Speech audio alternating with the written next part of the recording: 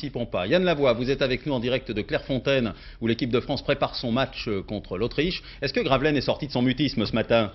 Oh, il est sorti de son mutisme, c'est vrai, mais enfin pas longtemps, juste pour nous dire la même chose que son président, c'est-à-dire qu'il va attendre encore 53 jours et la période officielle des transferts pour annoncer là où il veut aller. Mais ce que l'on sait, c'est que lui veut aller à Marseille et que le président voudrait peut-être le transférer au Paris Saint-Germain. En tout cas, ce que je vous propose, c'est de regarder ce qui s'est passé ce matin, parce qu'il y avait un entraînement et puis on a discuté un peu avec les joueurs.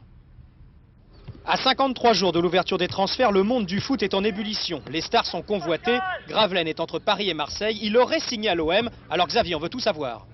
Pas avant l'ouverture des transferts. Voilà.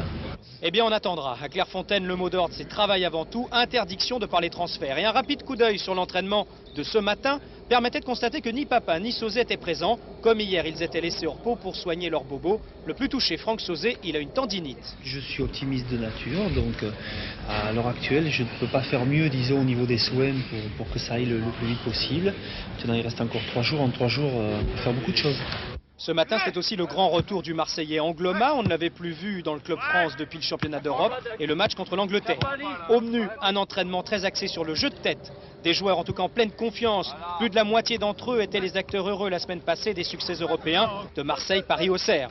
Et si la réussite de certains en Coupe d'Europe a donné des idées à bien des recruteurs français et italiens, Gérard Houllier veut être le premier à profiter de cette nouvelle dynamique au sein du groupe.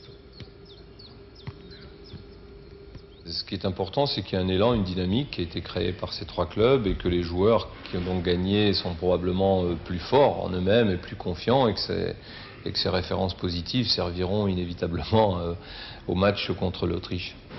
Et à voir l'œil déterminé de Papin, on souhaite bien du courage aux Autrichiens.